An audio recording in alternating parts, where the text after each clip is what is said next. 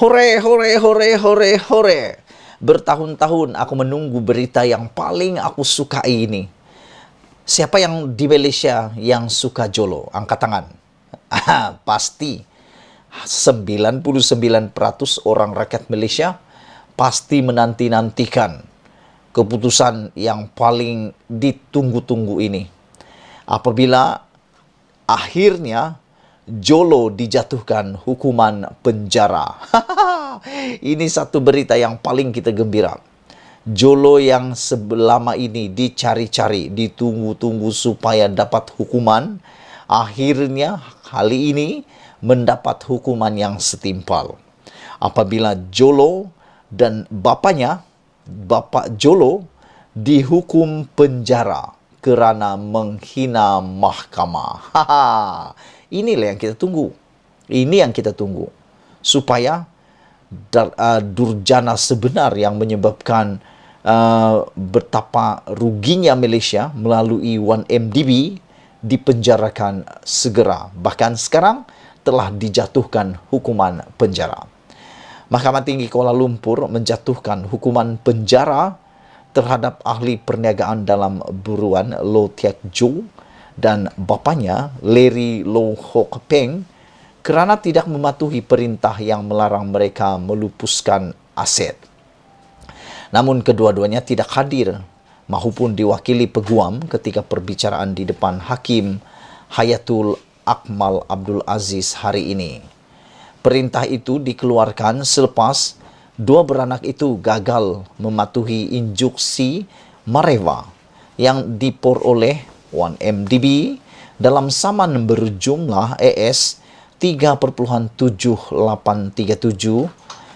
terhadap mereka empat pihak lain. Instruksi Mareva adalah perintah menghalang seseorang daripada melupuskan harta sementara kes sedang berjalan. Ketika dihubungi, peguam 1MDB Siva Kumar Kanagas Sabai mengesahkan keputusan permohonan syarikat itu agar Jolo dan bapanya dikenakan tindakan menghina mahkamah kerana melanggar terma instruksi. Jolo dan Larry Low dihukum penjara sehingga tindakan menghina mahkamah disingkirkan, katanya. Pengurusan kes untuk tindakan sivil ini ditetapkan pada Rabu ini. Pada Mac 15 Mac lalu, Mahkamah membenarkan permohonan 1MDB dan satu lagi planatif untuk mendapatkan instruksi Mareva terhadap Jolo, bapanya dan beberapa individu yang lain. Padan muka Jolo kerana melanggar dan menghina mahkamah. Siapa Jolo sehingga berani menghina mahkamah?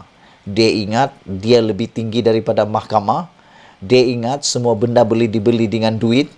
Semua benda bukan boleh dibeli dengan duit. Akhirnya hari ini, Jolo dan bapanya dihukum penjara. Nah, ini bukan lagi nasib. Ini satu perkara padan muka. Kerana tidak mengendahkan arahan daripada mahkamah. Nah, syukurlah sekarang Najib pun sudah dalam penjara. Jolo pun sudah dalam penjara. Cuma Jolo hanya dihukum penjara tapi fizikalnya tidak ada di sana. Jomlah kita sama-sama berdoa supaya tidak lama lagi secara fizikal Jolo akan dipenjarakan. Harap-harapnya nanti di penjara Kajang dekat dengan bosku. Kita jumpa lagi. Tinggalkan komen Anda. Selamat malam saudara-saudara. Bertebaran di media sosial, banyak yang mengatakan bahawa Zahid Hamidi dan Ismail Sabri Yaakob kononnya mempunyai persengketaan dalaman yang hanya mereka tahu. Tapi hari ini, Zahid Hamidi dan Ismail Sabri Yaakob telah memberikan kata putus, memberikan satu kenyataan yang memang luar biasa.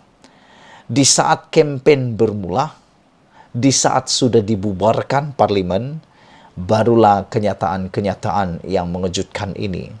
Kenyataan-kenyataan yang memang sudah tunggu-tunggu dan sudah dijangka memang akhirnya akan keluar sendiri daripada mulut kedua-dua pemimpin parti UMNO ini. Walaupun sebelum ini berlaku sedikit pertikaian tentang bilakah parlimen dibubarkan.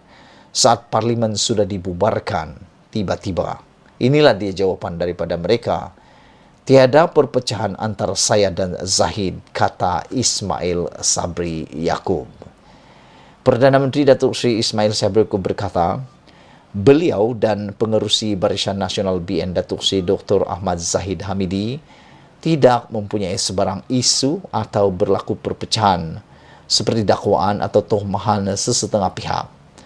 Naib Presiden UMNO itu berkata, adu domba mengenai perkara tersebut adalah lebih kepada misi untuk memecahkan mereka yang kelak menguntungkan pihak bertanggungjawab, membuat tohmahan terutama pada musim pilihan raya umum ke-15 ini.